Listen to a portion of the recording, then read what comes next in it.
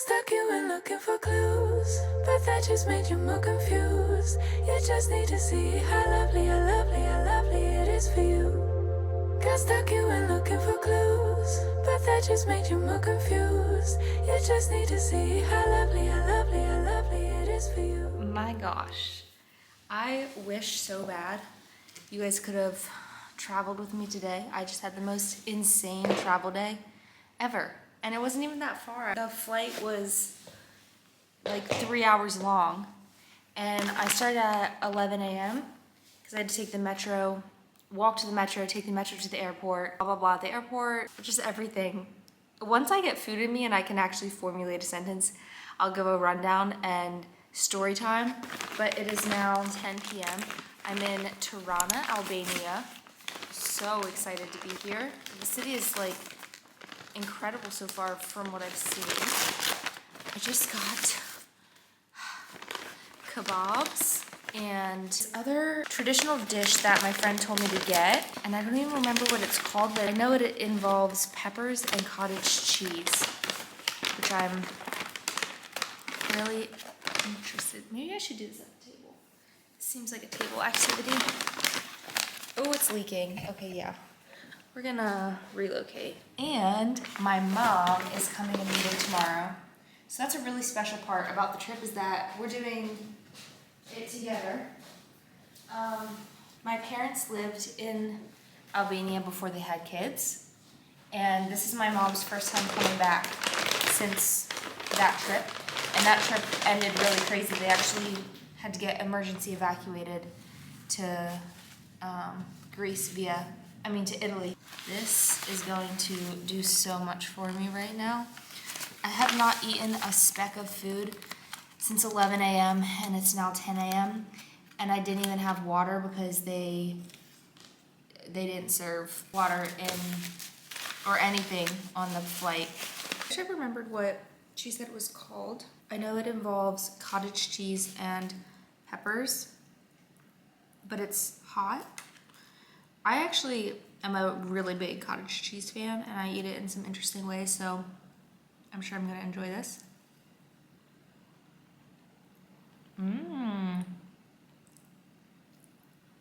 Wow, that is really good. Let's see if it focuses. That's amazing. And then here's the chicken kebabs and potato wedges. I wish that I would have gotten ketchup. I'm a fiend for some ketchup. Okay, I'm gonna give you guys a little story time of what my travel day was like, because girl, so many times today, I just told myself, I can do hard things, I can do hard things. And really it was fine, like, not gonna be dramatic. It could have been way worse. Start off, walked to the metro, took the metro to the airport. You have to get an extra like separate ticket for, like, I use my metro card, but you have to also get this extra like $3 ticket to actually get into the airport. So got that. My friend came with me, so that was great. Like, he walked from the house to help me with my luggage. On the metro, I use the metro every day in Spain, so that's very normal and easy for me. Get off, I'm in the airport. My boarding pass says Terminal 1, so I'm going to Terminal 1. It's quite a hike, like it was pretty far. Get to Terminal 1 and I can't find Wizz Air anywhere. Also, I had to bring all of my luggage that I have for the whole time that I'm living in Europe. So I wasn't traveling as light as I normally do. So I have a checked bag, a carry-on, and my backpack. Can't find Wizz Air anywhere. And then someone, oh my goodness, the door's open. I didn't even know we had a patio. But why is the door open?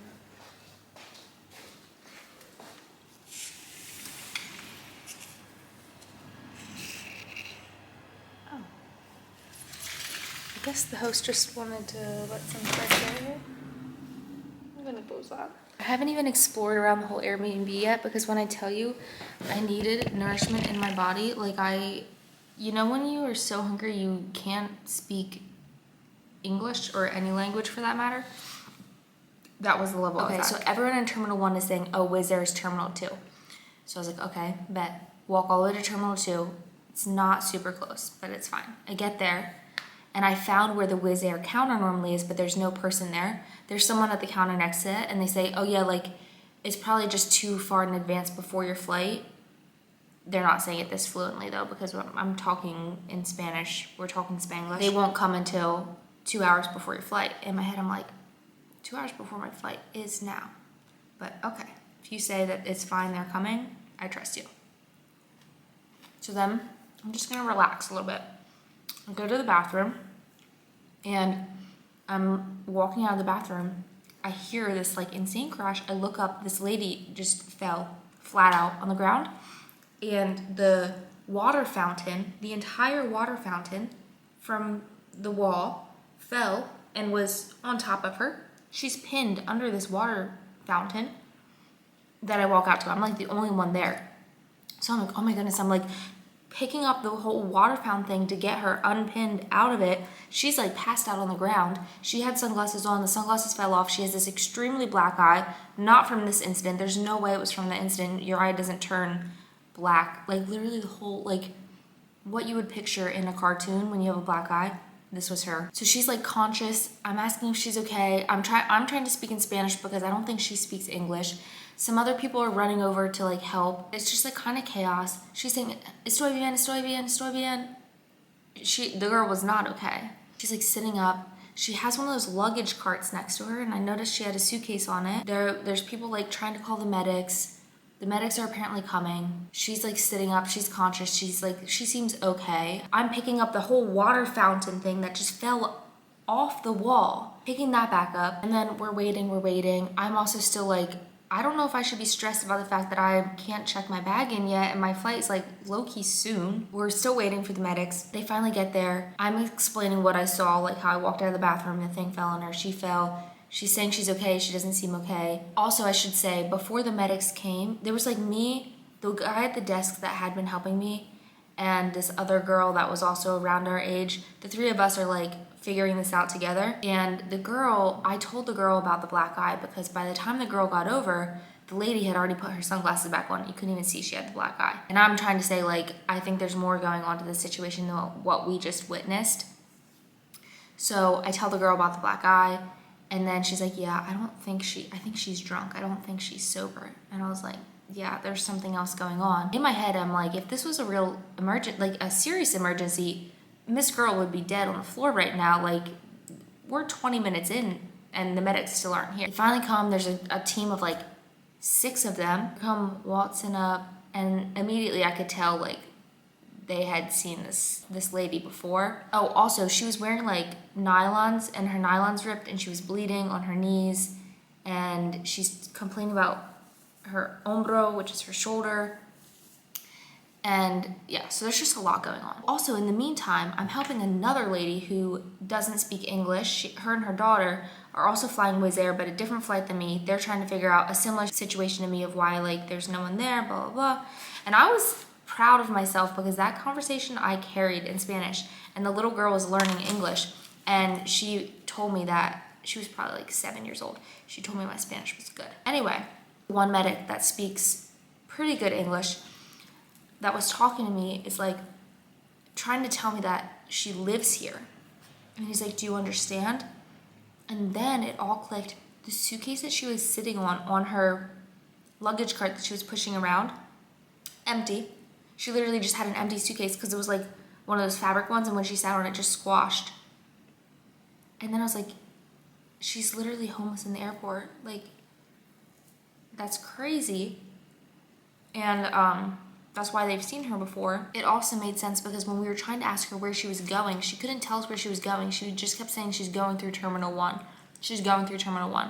Like, babe, you're in Terminal 1, but like, what flight are you trying to catch? Like, do you know where you're going? We were confused. Then it all made sense. She literally was homeless, just living in the airport, and the medics probably get a call about her every day because she's probably falling all over the place. I'm really getting worried because now it's like kind of close to my flight. No one's at the counter. So I asked like another person, which by now is like the 10th person I've asked where Wizz Air is or where I'm supposed to be. They said the Wizz Air information desk is down there a la derecha, to your right. So I'm like, okay, if I can talk to an actual information desk, hopefully they can tell me where to go. So I walk all the way down there. Time is ticking. I'm getting a little stressed about time. Get down there. They say, no, you are supposed to be in Terminal 1, which is where I had been originally, and they told me to not be there. So I'm like, okay. So now I am booking it back to Terminal 1 because at this point I'm like, I'm literally gonna miss my flight. Get down there, find it, great, cool, perfect. They take my bag. They don't even weigh my bag. They take it back. All that's great. Go through security. I got through security, a few hiccups, not really, like it was fine. It was just, I had to go through a second time to take some stuff out of my bag, get through that. And then I realized now is the moment when I need to go through the passport security thing that someone was talking about. So then there was another line to wait in. Finally got through that and then went through, found my gate, sat at my gate, tried to breathe for a few minutes. We did board late though. When we started boarding, you're walking down the tube thing and you think like, oh, I'm gonna walk down, get on the plane. Wrong. Walked down, went down like 3 flights of stairs, got on a bus, a whole plane full of people packed in like sardines in this bus, but just standing and everyone's trying to like hold their luggage. The bus takes off, everybody in the bus just like rolls down into each other. It's like super hot. Get to like out where the plane is, and then they don't open the doors. So we're just like on the bus. And we finally get on the plane, sit on the plane. We had to wait for the runway to open. Ended up taking off like an hour late. Land in Albania. It's beautiful. First moment, like I'm seeing mountains, the it was just wonderful. Great first impression. I think I'm gonna experience more culture shock when I'm back in America than I did when I came here. Like already. I love Europe so much. Already it's kind of hard for me to fathom going back. We'll talk about that on another episode. I'm gonna finish my food, shower, sleep, see my mom tomorrow. I'm just so happy. Good morning. I just woke up and I'm seeing outside for the first time during daylight and it is so pretty out. I have a lot of there's a lot of different directions out of this apartment too. So this is one way. Look at that balcony, that's just a whole garden. And then I'll give a proper Airbnb tour later.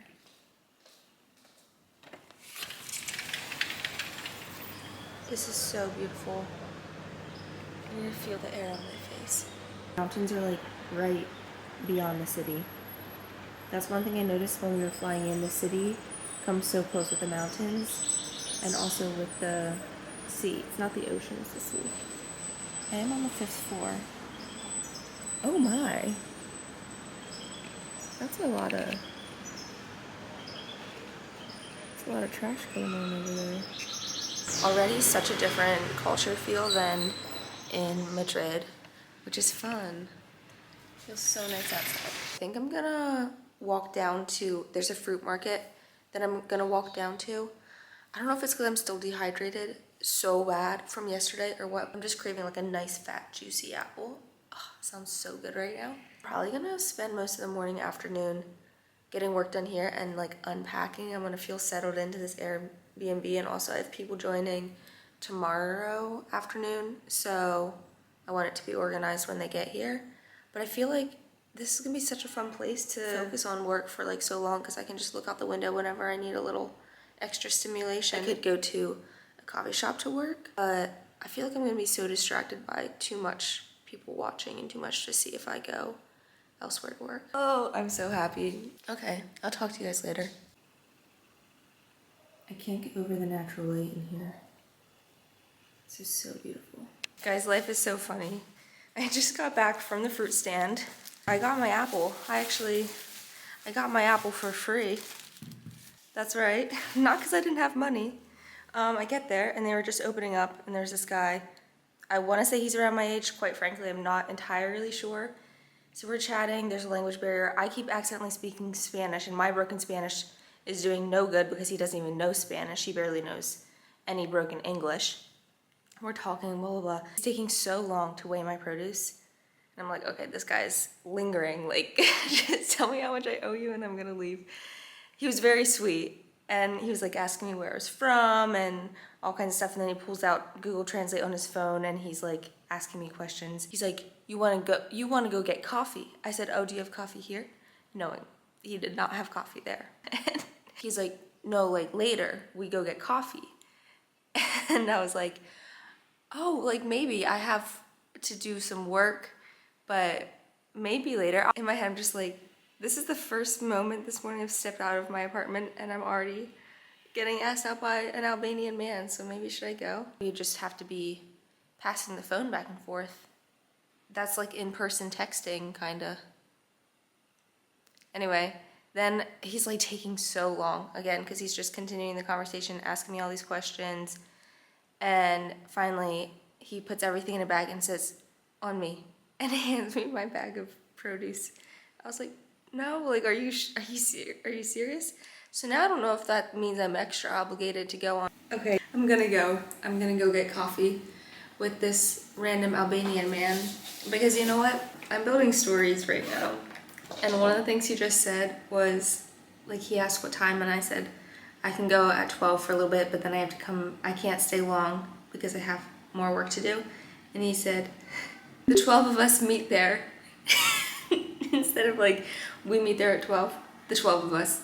So yeah, I might be going on a date with the disciples. We're not really sure yet. We'll find out when we get there. Also diabolically tired. I think I just need to go out and like walk around in the sun, be somewhere other than behind my computer. This is gonna be a good little brain break.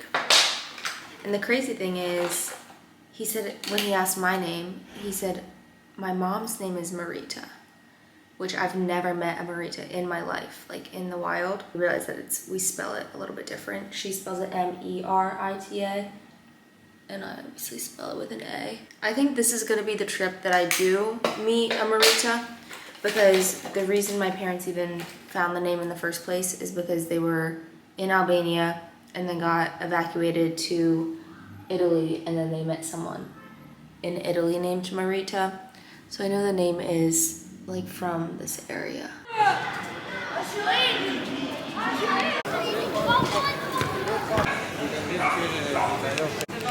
Oh, I wasn't recording that whole time. Okay, my battery died while I was on that little coffee date adventure, right when I was like actually getting clips of what was going on. So that's kind of sad because it was just... I'll give you a little rundown. So most of the conversation had to be via Google Translate. Like we would type it in, pass the phone, pass. Okay, so it was interesting. He asked how old I was. I asked how old he was. He said 36. I said, ain't no way. So then in my head I was really like, okay, this is just really funny. But then when we were like talking more, I told him that my parents lived in Albania before they had kids, and my mom is coming tomorrow to meet me, and she hasn't been here since 1997. And then he said, yeah, because in 1997 there was a war in our country. And I was like, exactly, that's why they had to leave. Then I was like, but you would have been alive then, right? Do you remember it? Because in my head I'm thinking he's 36. And then he types in his birthday, and it was November 4th, 1998, which means he's 26. So then I was like, okay, that's probably good. It's probably good that I'm not on a coffee date with a random Albanian man who's 36 years old. Yeah, then we honestly talked about all kinds of stuff, but just like typing a little bit, passing the phone, gestures, things like that. It was fun. And then towards the end, he was talking about his favorite beaches here, and he was like, we'll go by car. And I'm like, I think that he's trying to tell me that we're gonna go to the beach. And I think that I wanna go to the beach, but I don't think I wanna go in this scenario. I think I'm gonna catch a bus on my own. Also, when they brought our espresso, there was this little like rolled up piece of paper, and it was like, almost like what would be inside a fortune cookie. And I unroll it, and obviously it's in Albanian, so I can't read it, but he takes a picture of it and it translates it to English. And I'll put the picture here, but it said something about like, your normal day is someone's dream day. And I'm like, the way I just received this while I'm on a date in a foreign country with a random man it's kind of funny.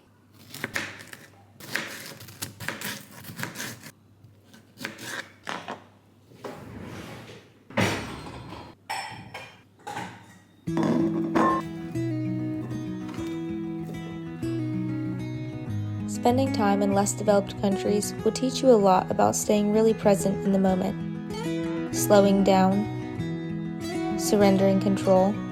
There's a lot of beauty in the process of doing things slowly. Everything involves so many steps, but they're stripped back and simple. Hanging your wash out to dry, walking to a different shop for each category of grocery, carrying water jugs up 5 flights of stairs, walking several miles with your suitcase to the bus stop. There's joy in it all. You notice a lot around you, and it gives you a really deep sense of appreciation and a spirit of resilience. Traveling, especially solo, makes you really resilient.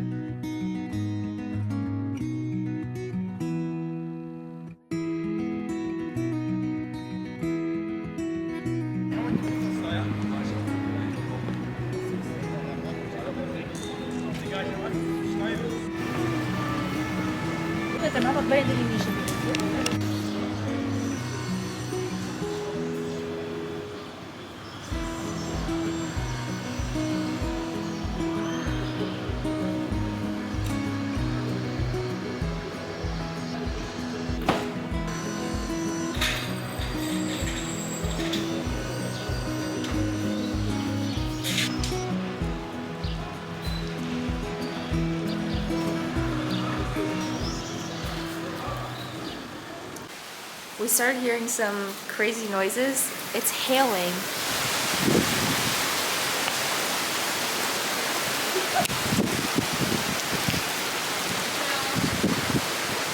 But on this side it sounded so loud. Whoa. Oh no, I'm breaking things.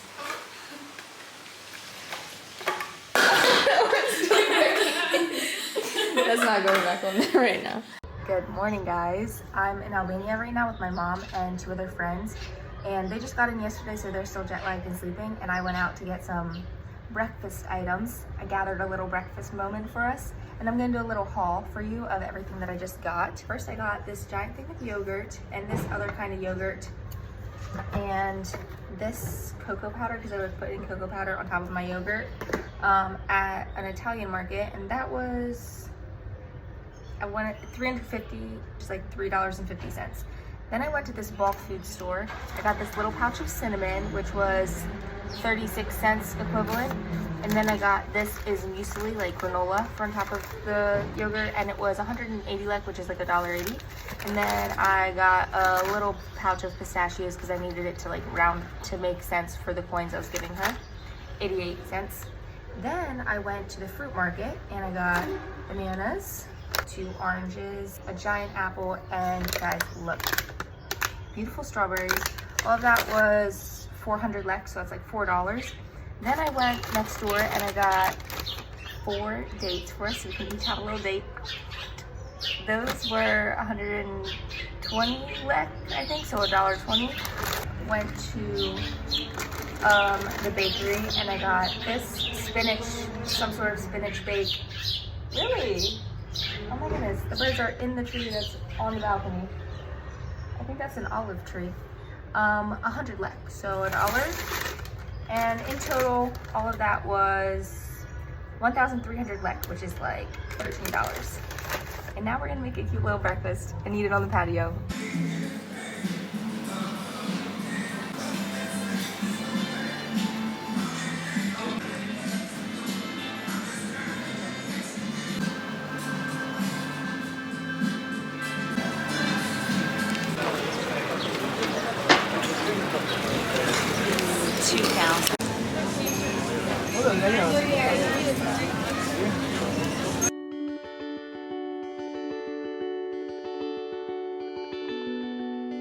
We took a day trip out to Malaysia and we just hiked up to a castle. What's the name of the castle? I just asked. I have no idea. Well, we're at some castle ruins, but look at the view outside of the castle.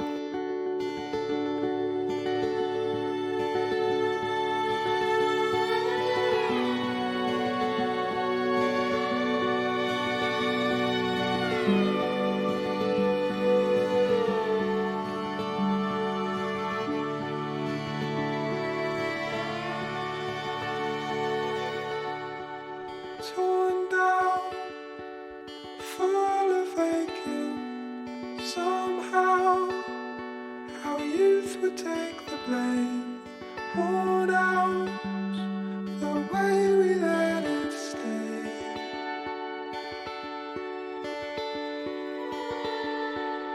Taught how to celebrate it all out. I'd replicate your pain, climb down, if only for a taste.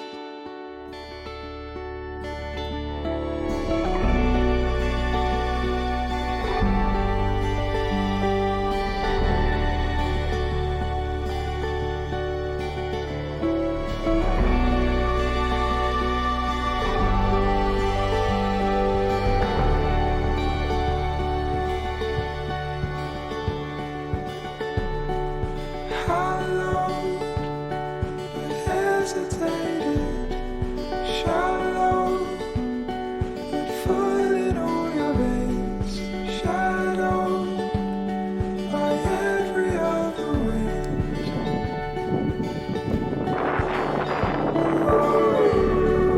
Hollow, and doubt can make it borrowed, a love that never came, followed in every other shade.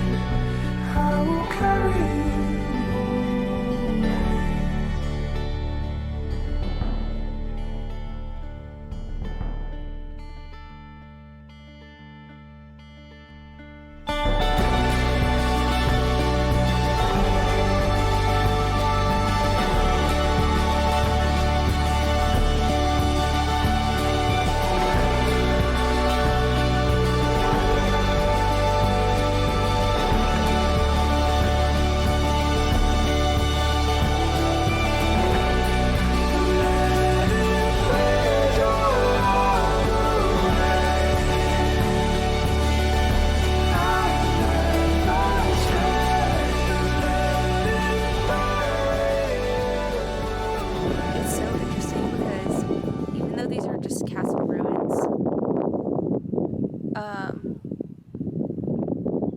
we're talking to a man here now. I'm not sure what's going on. But even though it's just castle ruins, you can still see so much of the outline of like what the structure would have been, like where there's little rooms. There's just so many random little rooms and then little windows. Like there was this little window that was so tiny, and I was just picturing in the medieval times that they would just like shoot arrows out this little window. Hello. Hi, hello. Thank you. For you. I love the little mini. Lead him around the green pasture. No way. I just turned around the corner and they're all just looking at me. That's literally so cute.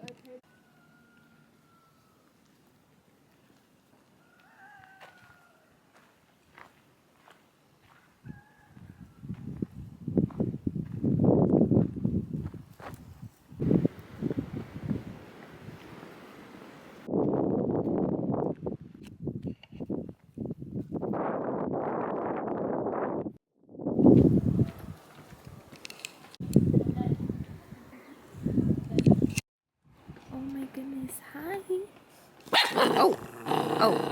Oh, I was just about to say, aren't you cute? And you made that noise. Okay. Good morning, guys. I have a bus to go catch, but I'm stuck here. I feel glued to the sofa. I'm about to go to the south of Spain, not even in Spain, the south of Albania, to a town called Vlor, and it's by this really beautiful beach. I'm so excited, and I'm gonna give you a quick apartment tour from where I've been staying this week in Tirana because this apartment is beautiful. And when I come back to Toronto, I'm not going to be staying here anymore. So let's go. If I can move. It's because I haven't had coffee yet this morning. Okay. I'm going to start from the door when you walk in. First, you walk in this door, and here's what you see. Also, if there's some mess around, just ignore. Again, full-length mirror. This is the one bedroom. Look how beautiful the lighting is. This just makes me feel like I'm floating every time I walk in this room. Then we have toilet number 1, bidet number 1. Toilet number 2, bidet number 2. This huge shower, which was such a luxury. Wow. Some interesting artwork. Actually, the art over here was really cool.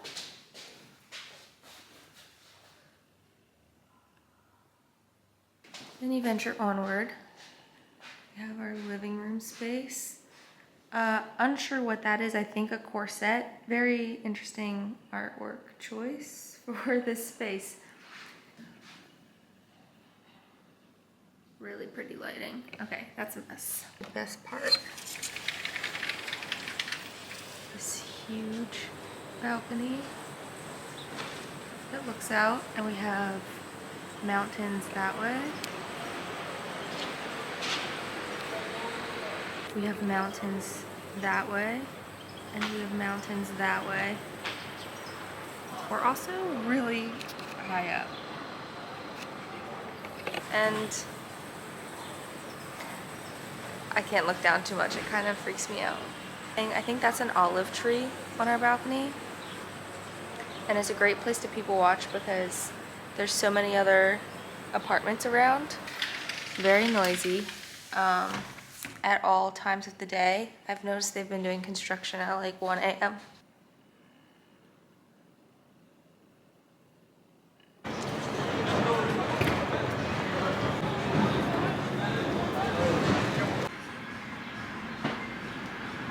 I made it to Vlora, the town that I'm staying in.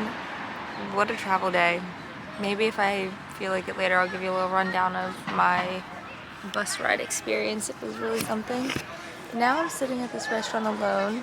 I just got an American coffee, Americano, and ordered some salmon. And this is my view.